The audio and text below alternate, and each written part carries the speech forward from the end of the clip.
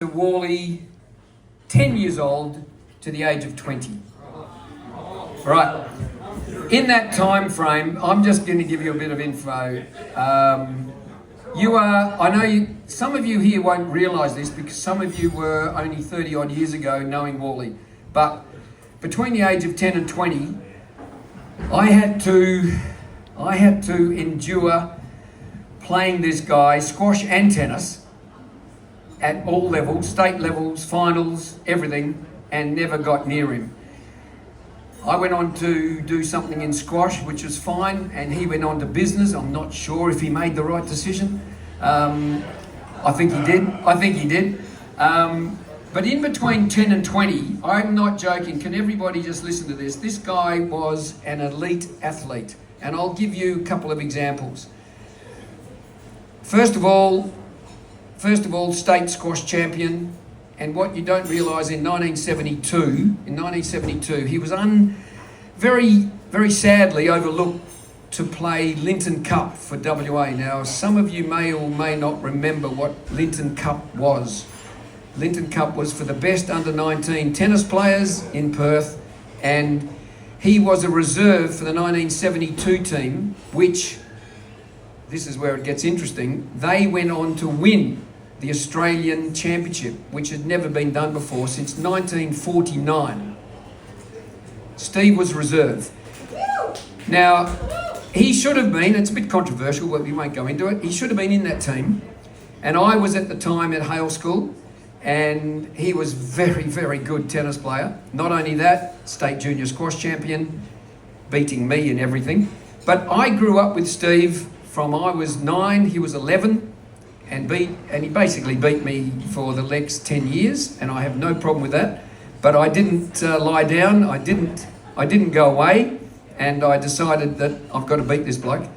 And I don't know if anyone in this room realises how good this bloke was, because he later on beat world number 5s, he beat world number 4s, he won tournaments all over the world in squash, and I was lucky enough to grow up with this bloke.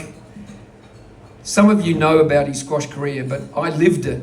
I lived it every single day for 10 years until he decided to go off and work with Kalis, and you know all that history after that. But you don't know what happened before that.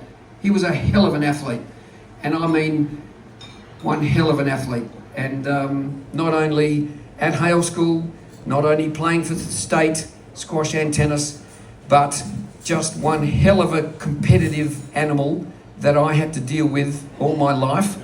And I publicly will say this, as I've said it many times, and I'll say it again. I'm hoping I'm going to say it at his 80th. He is what made me, when I was 21, he made me the player that I was, and I was lucky enough to go on and do what I did due to this bloke. And you couldn't wish for a harder guy, a tougher guy. The Wall family, Alan sitting here, knows it very well. And of course, if I hadn't had someone like Steve Wall as a competitor, losing to him for 10 years, I would not have done what I did, because it was tough, it was hard, it was ruthless, it was beyond belief what I had to put up with, and I did it. But you don't realise how good this guy was. He could have been anything, and he changed direction, as I said, possibly very wisely, when you look at, well, success in business versus what this guy has done. But I just wanted to give you an insight to what his sporting prowess was like. And mate, I mean that, Wally, and I mean that from the bottom of my heart, mate. Thank you. I guess Steve and I go back a long way. We went back to Hale School. It was interesting times, but Stephen and Carol and Jenny and I have done a great journey together. That's the only thing I can say. Stephen sort of is the friend who actually becomes family. You know, it's just one of those things, he's like that. And we've done a hell of a journey. It's been a wonderful journey. As Dean said, he was a great sportsman. I picked him up in London. He and Carol were going through a bit of a purple patch. They got over the purple patch. Carol came over. I was with Steve in London. We had some wonderful times together. And from there, Stephen came back, married Carol, I married Jenny. And look, he's been a guy that's been the sort of guy you can go and talk to about various things. And we've done a very long journey. And as he said, he's advised me through my business career. He's been influential when we were looking at leisure craft. We bought a boat together. Not easy to buy a boat together, but we did that for 15 years. From there, we moved on from the boat. He influenced us in buying here in Augusta.